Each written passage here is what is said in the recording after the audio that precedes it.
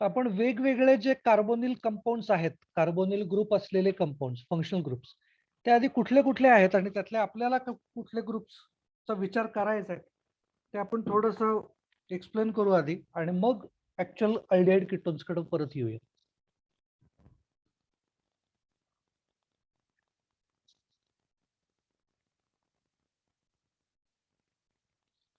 Carbonyl group C double bond O पाहिजे.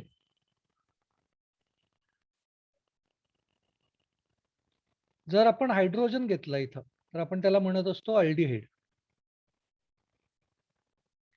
परत एकदा सी डबल बॉन्ड ओ, पण इथं आर ग्रुप अटॅच केला, देन इट इज कीटोन.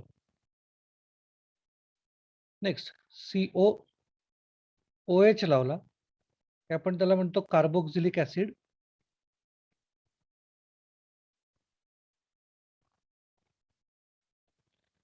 इथं जसं आपण हा हायड्रोजन रिप्लेस केला बाय आर, तसं इथला हायड्रोजन रिप्लेस करायचा बाय आर, म्हणजे CO O R. It is ester. अजून काय माहिती आपल्याला? सी डबल बॉन्ड ओ,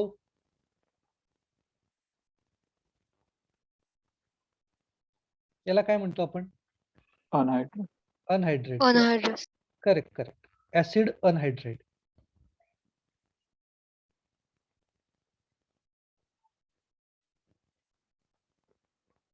याला काय म्हणतो? एक्स लावलाय तिथं, म्हणजे क्लोरीन, ब्रोमीन.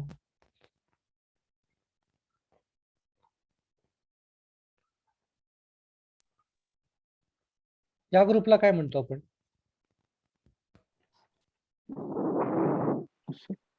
Acyl group. असाइलला आपण हलाइड अटॅच केलेलं आहे, so it is acyl halide. त्याच्यानंतर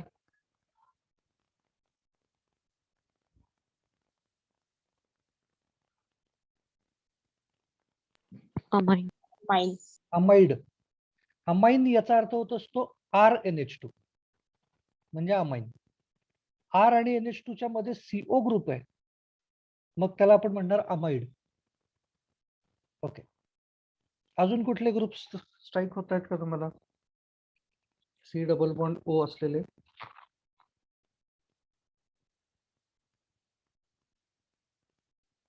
त्यातल्या त्यात 11th स्टँडर्डला तुम्हाला काय सांगितलेलं होतं की हा जो NH2 carboxy group.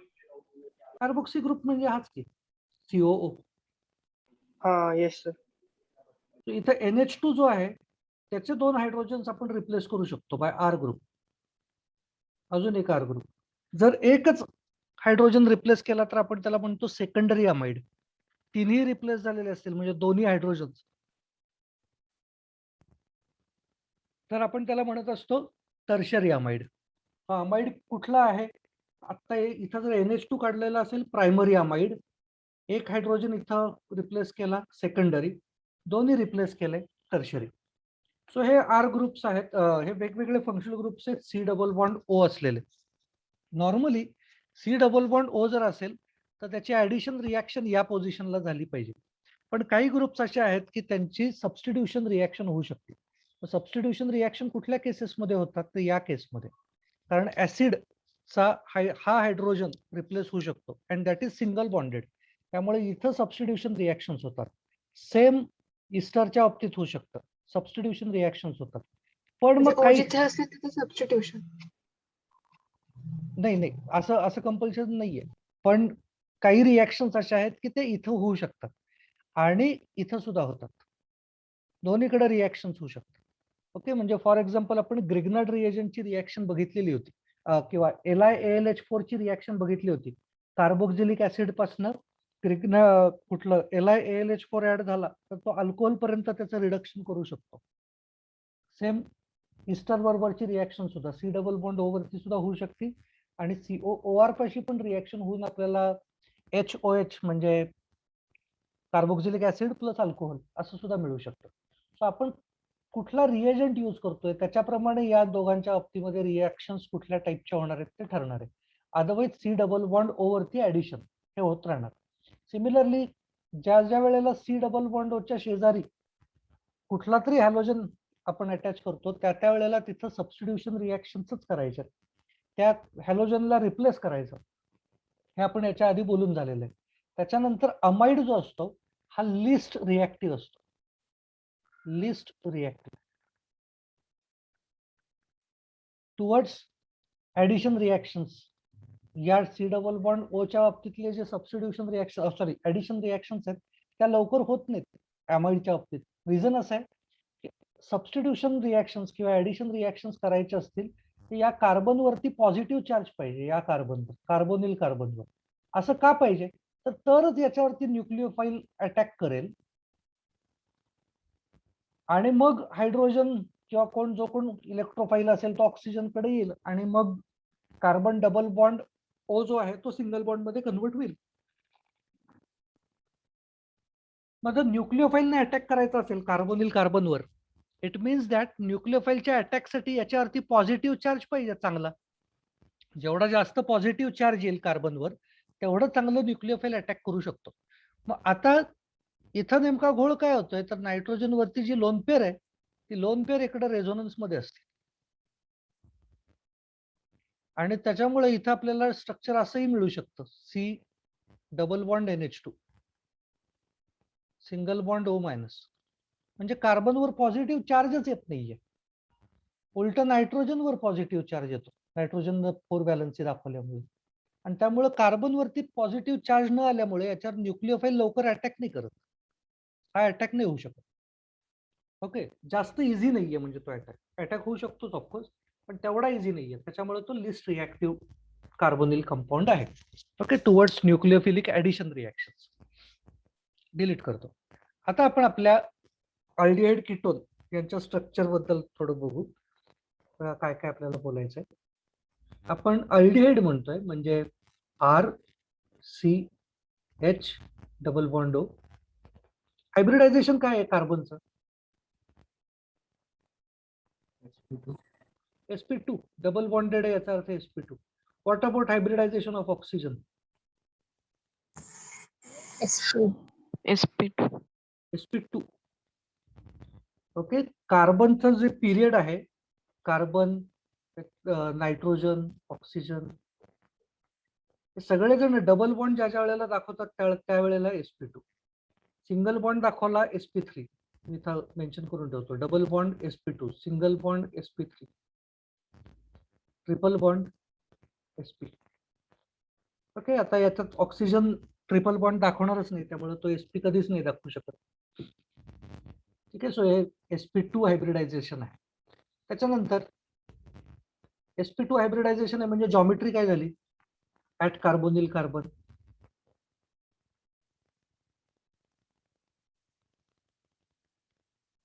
Trigonal planar, बरोबर आहे का? Yes. प्लेन मध्ये असते. yes sir sp2 म्हणजे 3 हायब्रिड ऑर्बिटल्स आहेत, एक या डिरेक्शनला जाईल, सेकंड या डिरेक्शनला, थर्ड या डिरेक्शनला, आणि त्यांच्यामध्ये 120 अँगल असेल.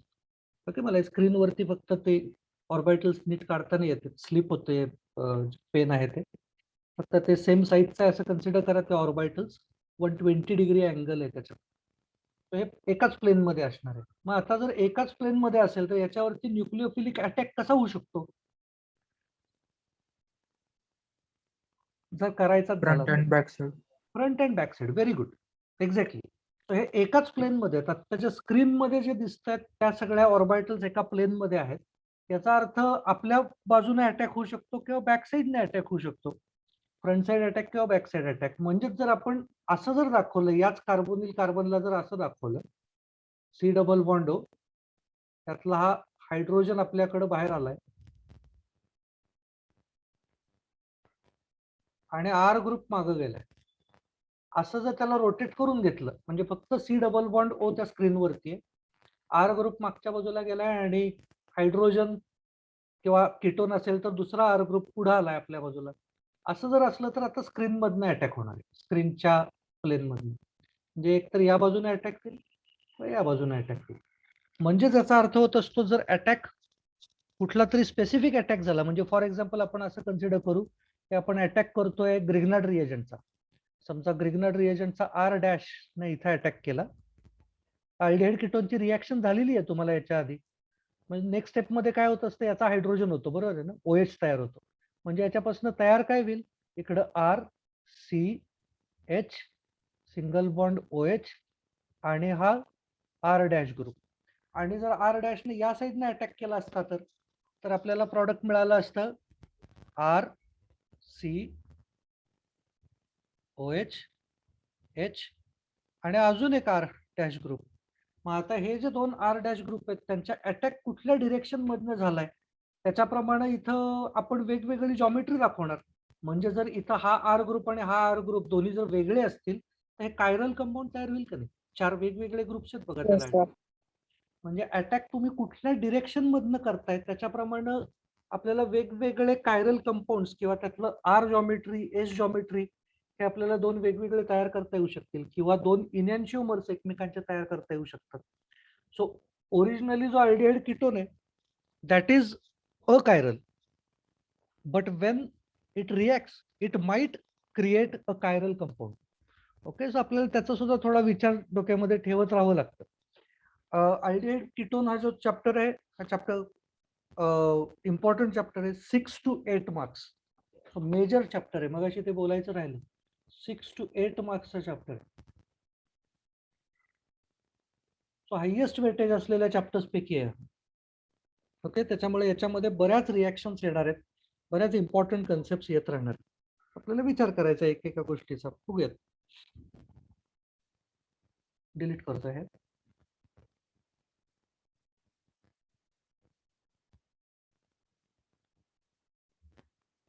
आपण एक चार्ट दिलाय, त्या चार्टचा विचार करूया. कुठलं तरी कंपाऊंड त्याचा ओडर किंवा फ्लेवरिंग एजंट काहीतरी टिपिकल फ्लेवरिंग एजंट्स म्हणून आपल्याला अल्डिहाइड कीटोन्स यूज करता येत असतात. तर हे सीईटी जेईई सारख्या एक्झाम्स मध्ये ती आयडेंटिफाय करायला विचारतात आपल्याला. ओके, त्याच्यामुळे आपण त्याचा विचार करूयात. बघा,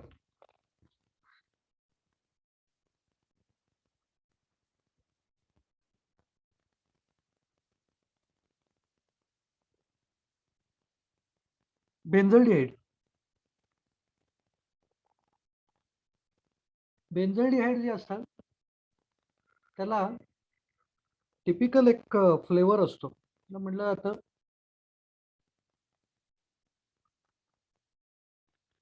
बिटर आल्मंड फ्लेवर.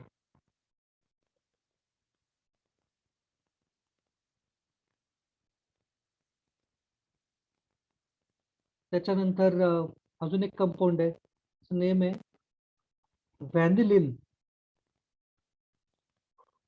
व्हॅनिलिन व्हॅनिलिन vanilla flavour.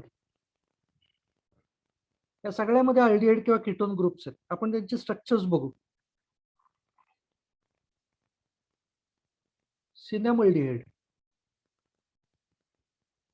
म्हणजे जे सिनॅमिक ऍसिड असतं तसा प्रकार. सिनॅमल्डिहाइड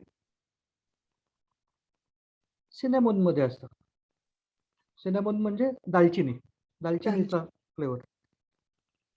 त्याच्यानंतर अजून काय घेऊ शकतो, कॅम्फर. कॅम्फरला कॅम्फरचाच फ्लेवर आहे. फ्लेवर म्हणता येईल का नाही, फ्रॅग्रन्स. ऍसिटोफिनोन,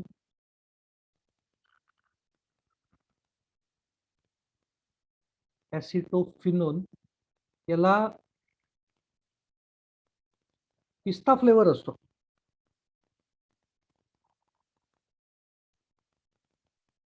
आईस्क्रीमला जे पिस्ता फ्लेवर देतात त्याच्यामध्ये ऍसिटोफिनोन ऍड करतात.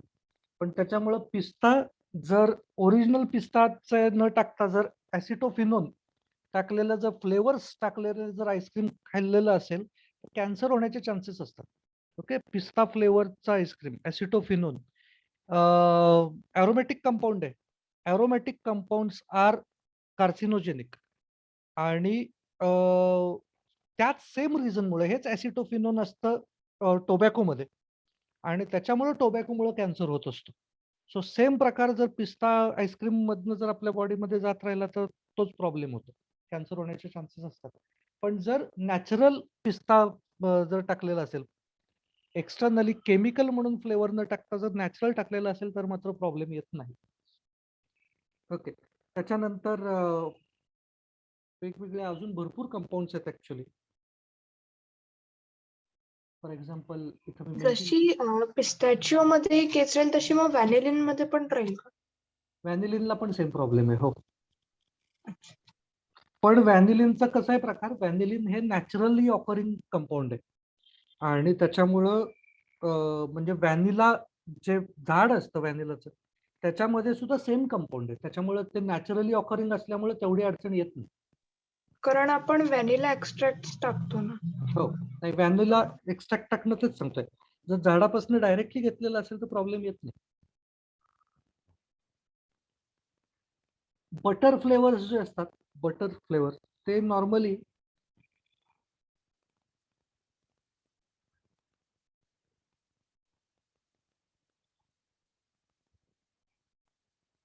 ब्युटेन 2,3 डायोन ऍड केलेला असतो. आता याचा IUPAC नेम काहीच न शिकता सुद्धा आपल्याला हे करता येऊ शकेल का नाही? आपण कीटोनचं तसं लास्ट इयर शिकलेलो आहे कसं करतात ते.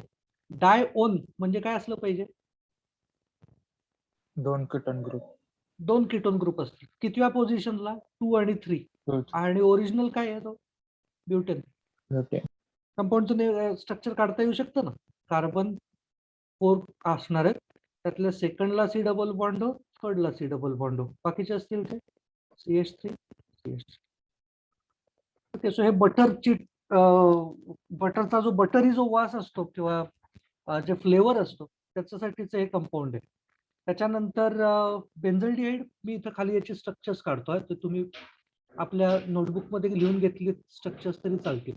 बेन्झल्डिहाइडचं स्ट्रक्चर माहितीच आहे सगळ्यांना. हे बेन्झल्डिहाइड. नेक्स्ट काय आहे? व्हॅनिलिन. व्हॅनिलिनचं स्ट्रक्चर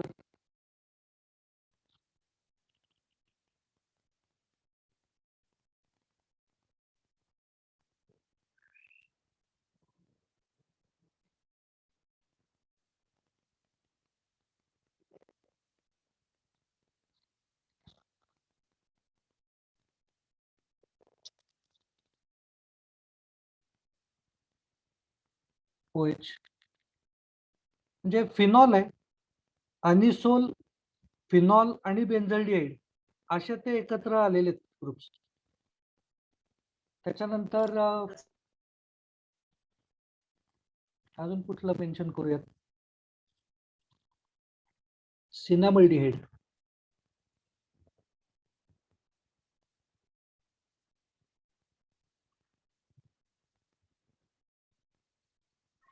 हे सिनामल्डिहाइडचं स्ट्रक्चर. इथंच याला OH म्हणलं की सिनेमिक ऍसिड म्हणतो आपण त्याला. जे आपण परवाच्या जेव्हा आपण CET JEE ची तयारी करत होतो त्यावेळेला सिनेमिक ऍसिड डेरिव्हेटिव्ह तयार करण्याची एक रिॲक्शन आपण घेतली होती, त्याला म्हणलं होतं आपण पर्किन्स रिॲक्शन. त्यावेळेला हे स्ट्रक्चर आपण घेतलेलं होतं. त्याच्यानंतर कॅम्फर, स्पेस करतो. कॅम्फरचं स्ट्रक्चर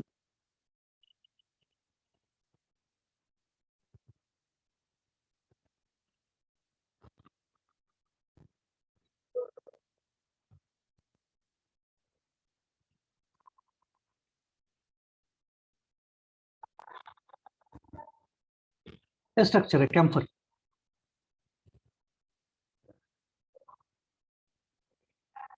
त्याच्यामध्ये 2-3 रिंग्स आहेत, 2 रिंग्स एकत्र आहेत बघा. म्हणजे मी एक रिंग आधी काढतो. ही 5 मेंबर रिंग लक्षात येते का बघा तुमच्या?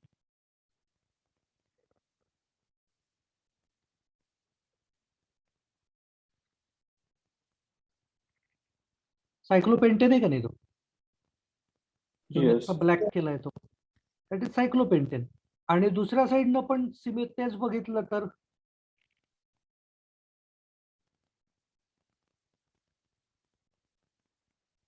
आपण सायक्लोपेंटेन आहे बघा. Yes. पण जर असा बघितला, कलर घेऊ आता.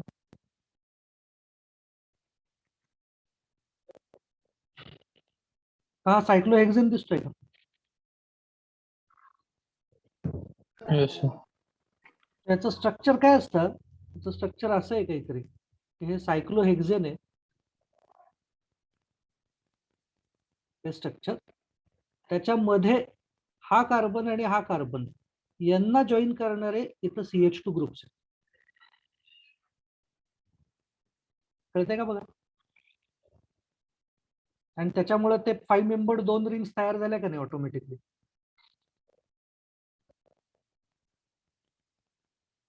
समजतंय ना? आणि या CH2 ग्रुपला इथं 2 CH3 अटॅच आहेत.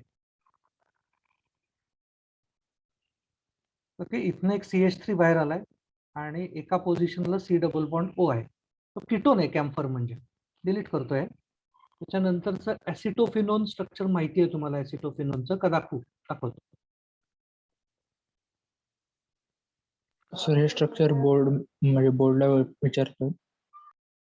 कॅम्फरचं ऍक्च्युली आतापर्यंत तरी नाही विचारलं गेलेलं बरं का, पण ते जे 1 मार्क क्वेश्चन्स आहेत त्याच्यामध्ये विचारण्यासारखं स्ट्रक्चर आहे. आतापर्यंत बाकीचे विचारलेले म्हणजे व्हॅनिलिनचं स्ट्रक्चर विचारलंय, सिनामल्डिहाइडचं विचारलंय, ऍसिटोफिनोनचं विचारलंय, कॅम्फरचं अजून नाही विचारलेलं. ऍसिटोफिनोन CH3CO हा झाला फिनोन, इकडे ऍसिटो म्हणलंय म्हणजे CH3.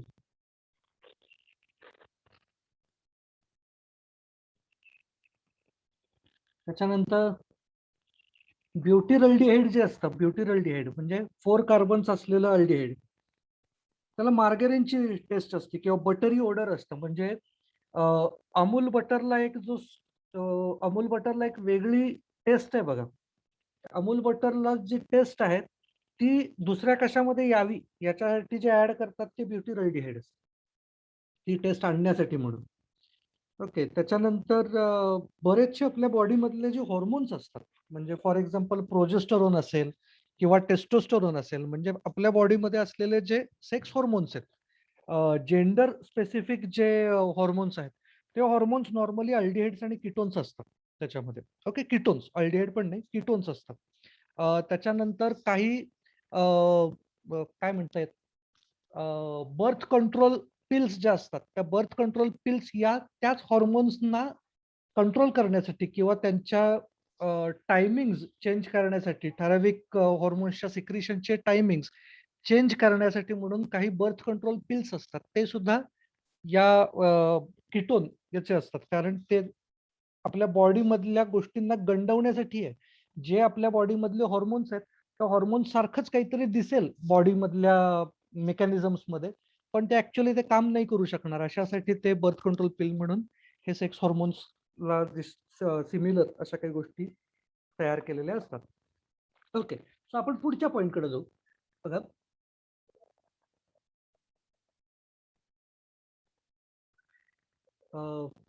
एक मिनिट, मला खाली रोल करायचंय. ओके, बघा, how the aldehydes are classified. Classification 2 types आहे,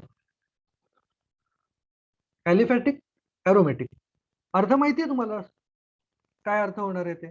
जर स्ट्रेच चेन, ब्रांच चेन अशा टाइपचे जर असतील आर ग्रुप कुठले तरी, sp3 हायब्रिडाइज्ड कार्बन जर कनेक्टेड असेल CHO ग्रुपला, तर आपण त्याला म्हणणार आहे ॲलिफॅटिक.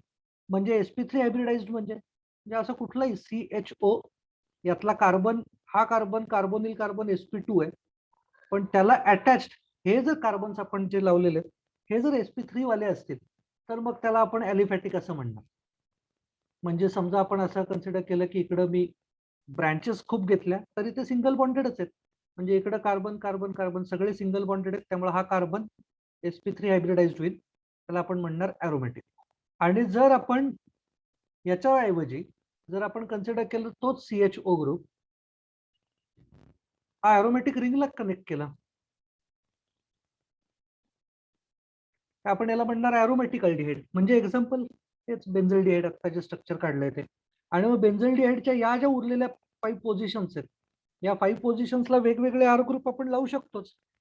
फिनॉल लावू शकतो, ॲनिसोल सारखं लावू शकतो, अजून काय कुठलेही आर ग्रुप्स, हॅलोजन्स काय वाटेल ते लावू शकतो. आणि त्याच्याप्रमाणे ऑर्थो, मेटा, पॅरा या पद्धतीचे जे काही डेरिव्हेटिव्ह तयार होतील ते सगळे ॲरोमॅटिक अल्डिहाइडचाच पार्ट असतील. नेक्स्ट, किटोन्सचं classification simple and mixed. Simple कधी म्हणणार? हे जर दोन आर ग्रुप सेम असतील सिंपल. आर ग्रुप्स डिफरंट आले मिक्स्ड किंवा अनसिमेट्रिकल हे म्हणलं जाणार आहे. कोणाला इथपर्यंत काही डाऊट आहे का? नाही, गुड. बघा, याच्या पुढच्या पार्टकडे जाऊ आपण, काही IUPAC नेमिंग कडे जाऊया आणि मग बघू. ओके, नोटबुक मध्ये घ्यायची आहेत आपल्याला.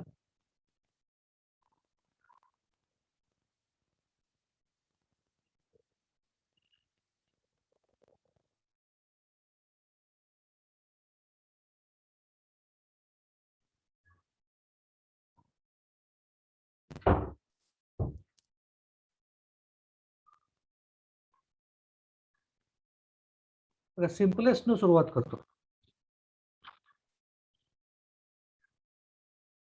काय म्हणणार याला? कॉमन नेम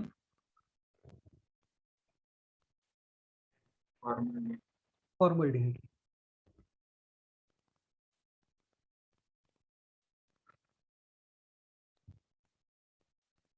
सर हा. तिथे OH हवं ना? H झालंय. नाही, एचच पाहिजे. अल्डिहाइड आहे ना, OH आला की ऍसिड होईल त्याचं. ओ ओके, सो त्या ग्रुपला H अटॅच केलेला आहे म्हणजे त्याला आपण फॉर्मा म्हणणार. सिंगल कार्बन आहे, त्याचा अर्थ आपण याला आपण नेमिंग कसं करत असतो? अल्केनल. अल्केन ग्रुप कुठला आहे? एकच कार्बन आहे म्हणजे IUPAC name methanol. M capital. Next one.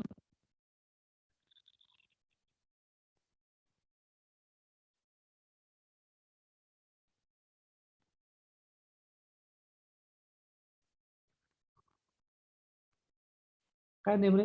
Common acetaldehyde. Acetaldehyde. IUPAC name काय होईल?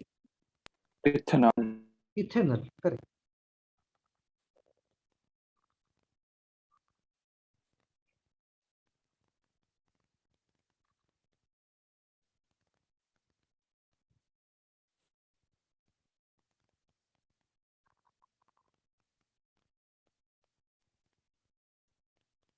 Common name प्रोपिओनल्डिहाइड.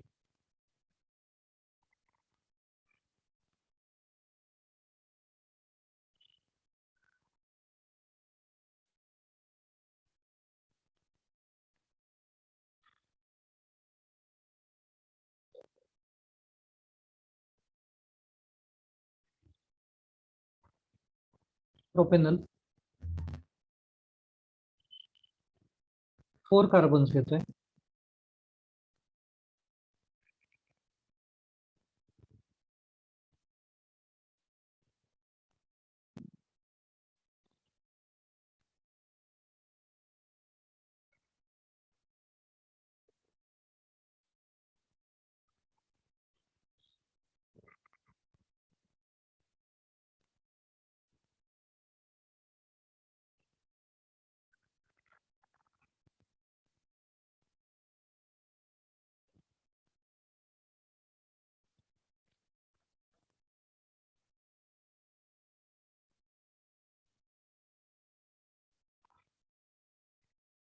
फाईव्ह कार्बन्स घेतले. ऍक्च्युली एन ब्युटिल्डिहाइड म्हटलं पाहिजे बरं का, कारण आपण तिथं ब्रँचिंग करू शकतोय. एन ब्युटिल्डिहाइड म्हणा. 5 कार्बन झाले की त्याला आपण म्हणतो valeraldehyde. Common name.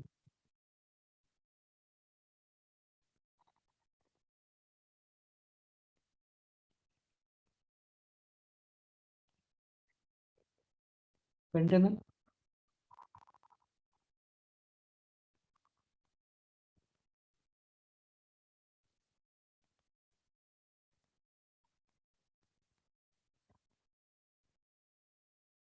6 carbons.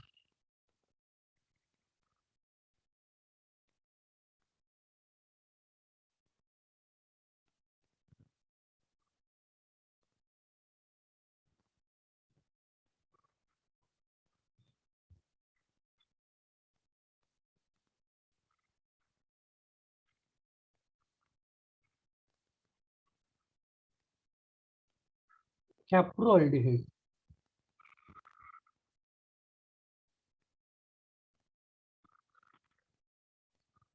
Okay, या 6 पर्यंत ही जी कॉमन नेम्स आहेत, n capro, actually n caproaldehyde. 6 carbons पर्यंतची जी कॉमन नेम्स आहेत ती आपल्याला करणं गरजेचं आहे. काय होणार इकडं? हेक्झेनल.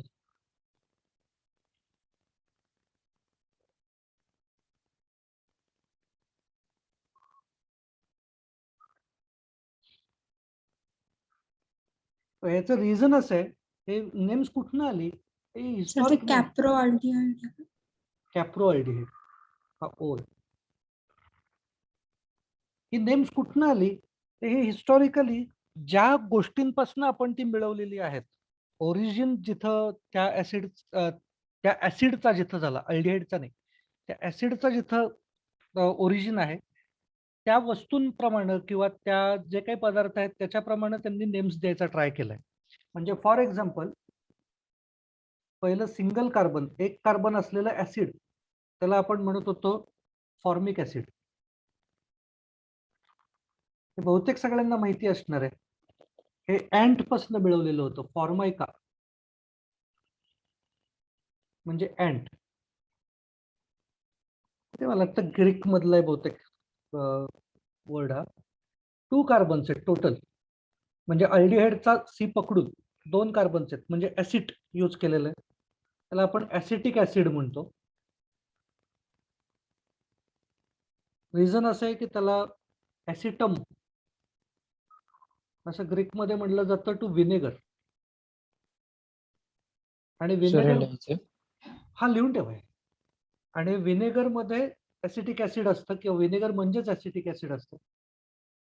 तसं C3 हे खाली दिसतात आपल्याला. C3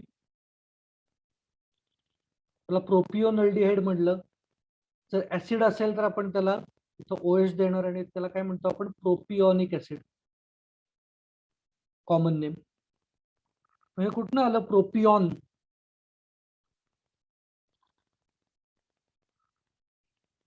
प्रोपिओन याचा अर्थ होत असतो फर्स्ट फॅट. सो हे फर्स्ट फॅटी ऍसिड आहे, एकापेक्षा जास्त कार्बन्स असलेलं R ग्रुपमध्ये. त्याच्यामुळे फर्स्ट फॅट म्हणून प्रोपिओन घेतलंय. तसं इथं जर 4 कार्बन्स घेतले तर आपण त्याला म्हणतो ब्युटेरिक ऍसिड.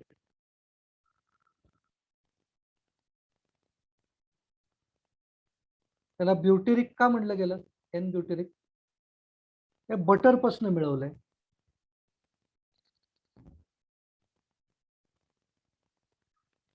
ब्युटेरम for butter. 5 कार्बन्स आहेत. हा OH घेतोय मी, COOH. म्हणजे हा एन व्हॅलेरिक ऍसिड.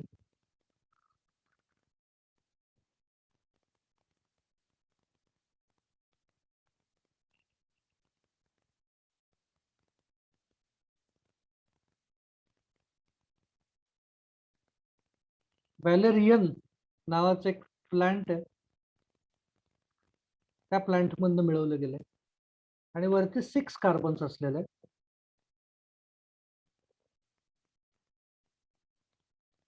ऍसिड घेतलंय फक्त, COOH करतोय मी. त्याला म्हटलं जातं कॅप्रोइक ऍसिड. आणि कॅप्रोइक ऍसिड मिळवलं जातं गोट पासून. त्याला केपर म्हटलं जातं.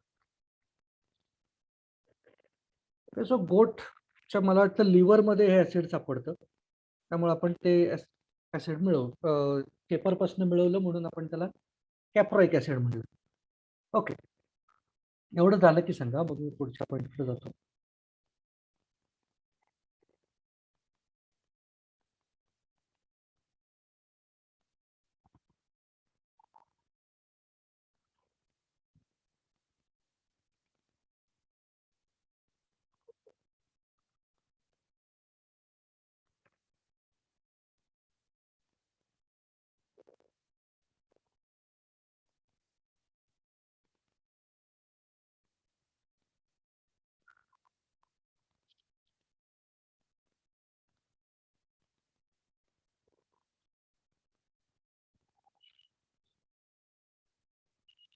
डिलीट करतो. एक मिनिट सर. ओके.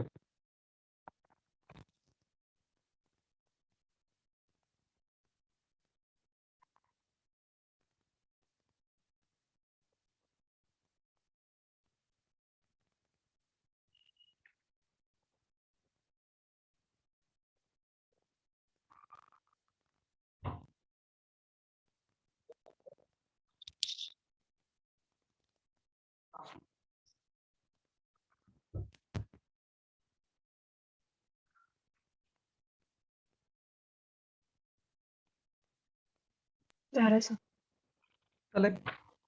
बघा आता जर आपल्याला ऍसिडचे IUPAC नेम्स करायचे असतील ऍसिड्स, तर त्याच्यासाठी आपण काय यूज करतो तर अल्केनोइक ऍसिड. ओके. कीटोन्सचं करायचं असेल तर अल्कॅनोन. आणि आता आपण अल्डिहाइड यूज केलं होतं, त्याला आपण म्हटलं होतं अल्केनल. ओके. सो आपण सगळ्याचे मिक्स नेम्स घ्यायला सुरुवात करू, IUPAC नेम्स. आणि जिथं जिथं पॉसिबल आहे त्या त्या ठिकाणी आपल्याला कॉमन नेम्स पण त्याचे बघायचे. सो त्यात सुद्धा जर डाय असतील गोष्टी, डाय अल्डिहाइड्स असतील, तर काय यूज करणार आपण डायल. डाय कीटोन्स असतील तर आपण त्याला म्हणणार डायोन. आणि डाय ऍसिड्स असतील तर त्याला आपण म्हणणार आहे डाय ऑइक ऍसिड. अशा केसेसमध्ये आधीचं जे अल्केन आहे त्या अल्केनला जो ई असतो तो ठेवायचा डाय आल्यानंतर. ओके. इथं आय मेन्शन करायचं आपल्याला. म्हणजे पेंटेन डायोइक ऍसिड, तर तिथं पेंटेनचा ई येणार, जो इथं आपण ई रिमूव्ह करत असतो. आणि अल्केनचा ई रिमूव्ह करतो आणि त्या ठिकाणी अल लिहितो. अल्केनचा ई रिमूव्ह करतो आणि त्या ठिकाणी आपण ऑइक ऍसिड म्हणलंय. सो तो ई खाली डाय आल्यानंतर परत एकदा लिहायचा आहे आपल्याला. ओके. आपण एक एक एक बघूयात. आता जसं आपण मेन्शन केलं होतं त्याच्यामध्ये फक्त आता मी काय करतो ब्रँचिंग वगैरे सुरुवात करतो. डिलीट करतो एवढा पार्ट.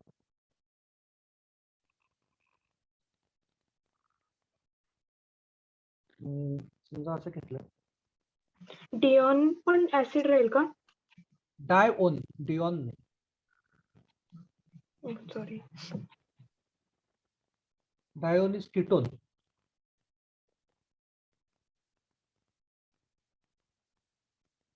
बघा याचं काय होईल. CH आहे तो मधला.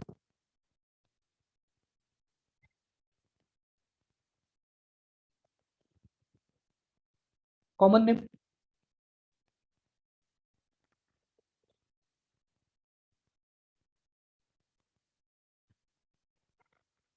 टोटल नंबर ऑफ कार्बन्स किती आहेत 4. 4. म्हणजे हा ब्युटीर अल्डिहाइड आहे कॉमनच्या दृष्टीने.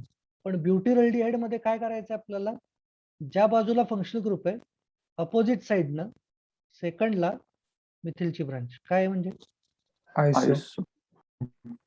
सेकंडरी ब्युटी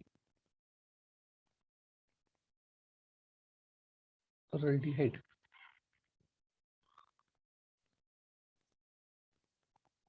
IUPAC काय होईल, लॉंगेस्ट चेन, सगळे आपले नेहमीचे रूल्स.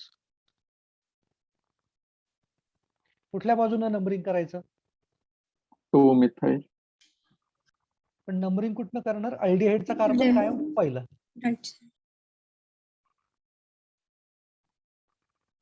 म्हणजे काय होणार 2 मिथाइल प्रोपेनल. बरोबर आहे. Yes.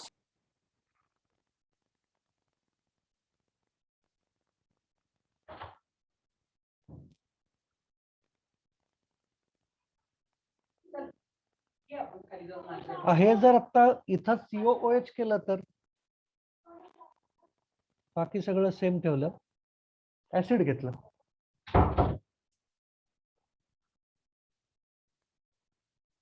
काय येईल कॉमन नेम? आयसोब्युटानोइक ऍसिड. ब्युटानॉइक आयसोब्यू काय ब्युटेनोइक केलं की तो अल्केनोइक करताय, म्हणजे आयुपीएसी होत आहे. ते कॉमन नेमिंग मध्ये आपण कसं करतोय बघा. आत्ताच ऍसिडला आपण काय नेमिंग केलं होतं 4 आल्यानंतर? Butyric acid. Butyric acid. इकडे काय येईल बघा? 2 methyl two methyl butanoic acid. Butanoic. Longest chain किती कार्बनची आहे? प्रोपेनॉइक.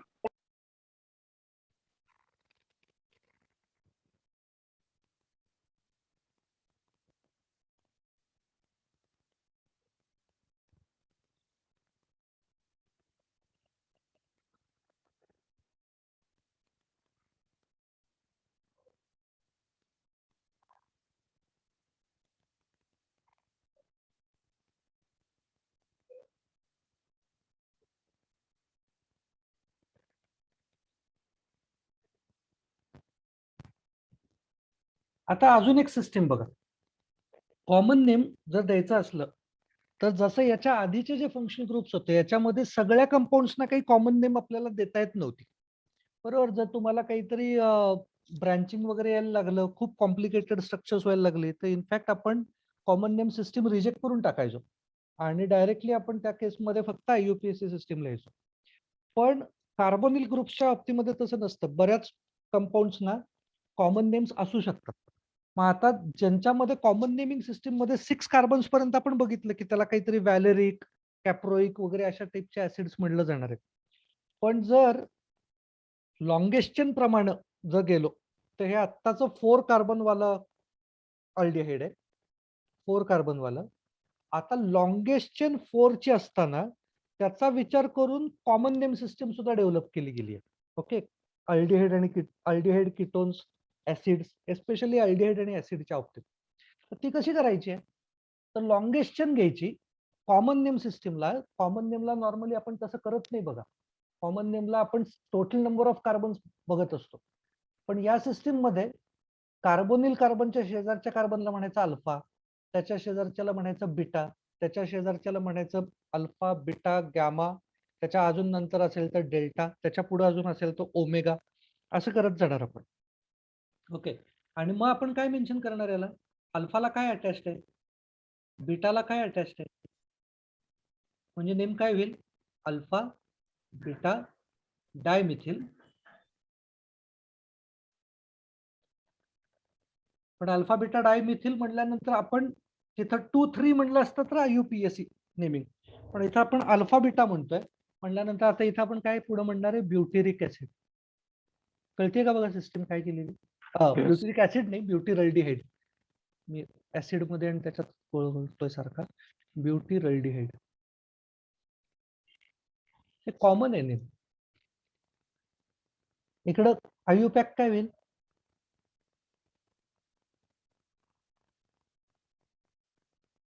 आयुपॅक मध्ये हा first carbon, this is second carbon, third आणि फोर्थ. म्हणजे काय होणार? 2,3 डायमिथाइल. डायमिथाइल.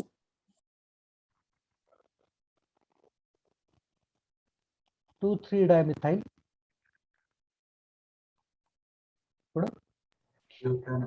ब्युटेनॉल. ब्युटेनॉइक. करेक्ट. अल्केनॉइक करायचं होतं. ऍसिड थोडी आहे. अरे अरे मी तेच गोळ करतोय परत. ब्युटेनल. ब्युटेनल.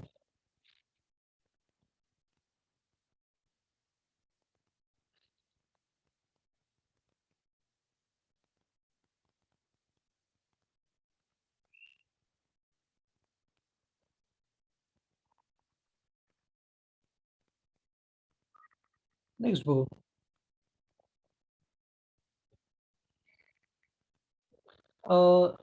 ठीक आहे. याच जर आपण ऍसिड केलं तर आत्ताच स्ट्रक्चर फक्त ऍसिड घेतो.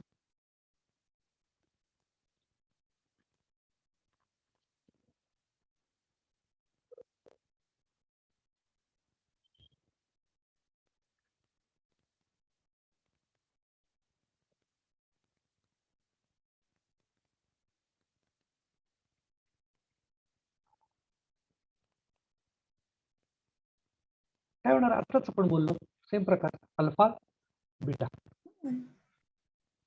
दिस will be alpha beta Dimethyl. Dimethyl Butyric acid. butyric acid. Correct.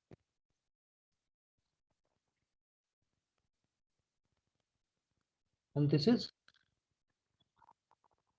first carbon, second carbon, third and fourth. 2,3 dimethyl without space लिहायचंय सगळं. ब्युटेनोइक ऍसिड.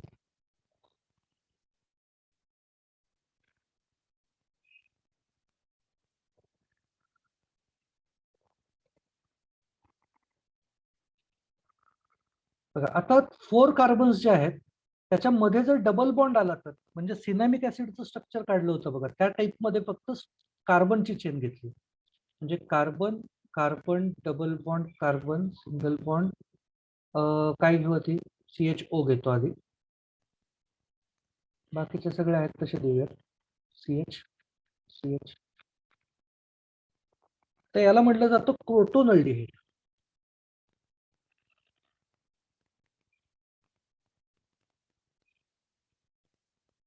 आपण हे यूज केलं होतं बघा अल्कोहोल फिनॉल्स चॅप्टर मध्ये LiAlH4 ची रिॲक्शन या C डबल बॉन्ड O वरती होत नाही.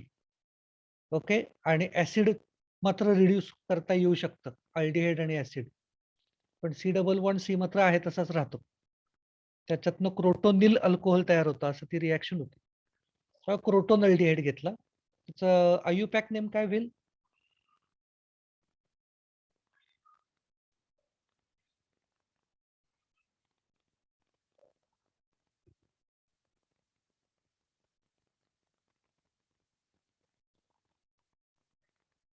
ब्युटेनल होईल का नाही. नाही ब्युटेनच्या ऐवजी काय आलं पाहिजे ब्युटीन. ब्युटीन. करेक्ट. आता ब्युटीन मध्ये आपण इथं जसा डबल बॉन्ड दिलाय त्याच्याऐवजी इथं पण डबल बॉन्ड देऊ शकतो का नाही तरी तो ब्युटीनच राहिला असता. हो. बरोबर म्हणजे आता आपल्याला तो डबल बॉन्डची पोझिशन मेन्शन करायला पाहिजे. काय येईल बघा 2 in. Correct but 2 in nal. Al कायम पहिला येणार आहे CHO वाला कार्बन कधी मध्ये असूच शकत नाही तो कायम फर्स्ट असणार त्यामुळे ते मेन्शन नाही केलं तरी चालणार वन अल नाही म्हणलेलं चालणार. ब्यूट 2 in अल.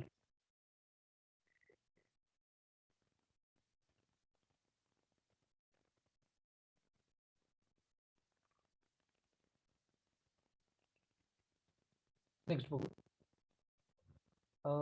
समजा याच ऍसिड करू आपण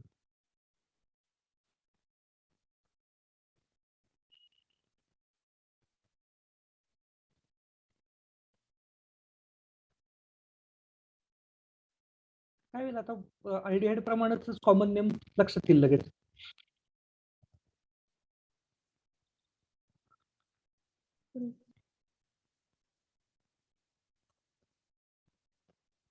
क्रोटोनिक ऍसिड. IUPAC name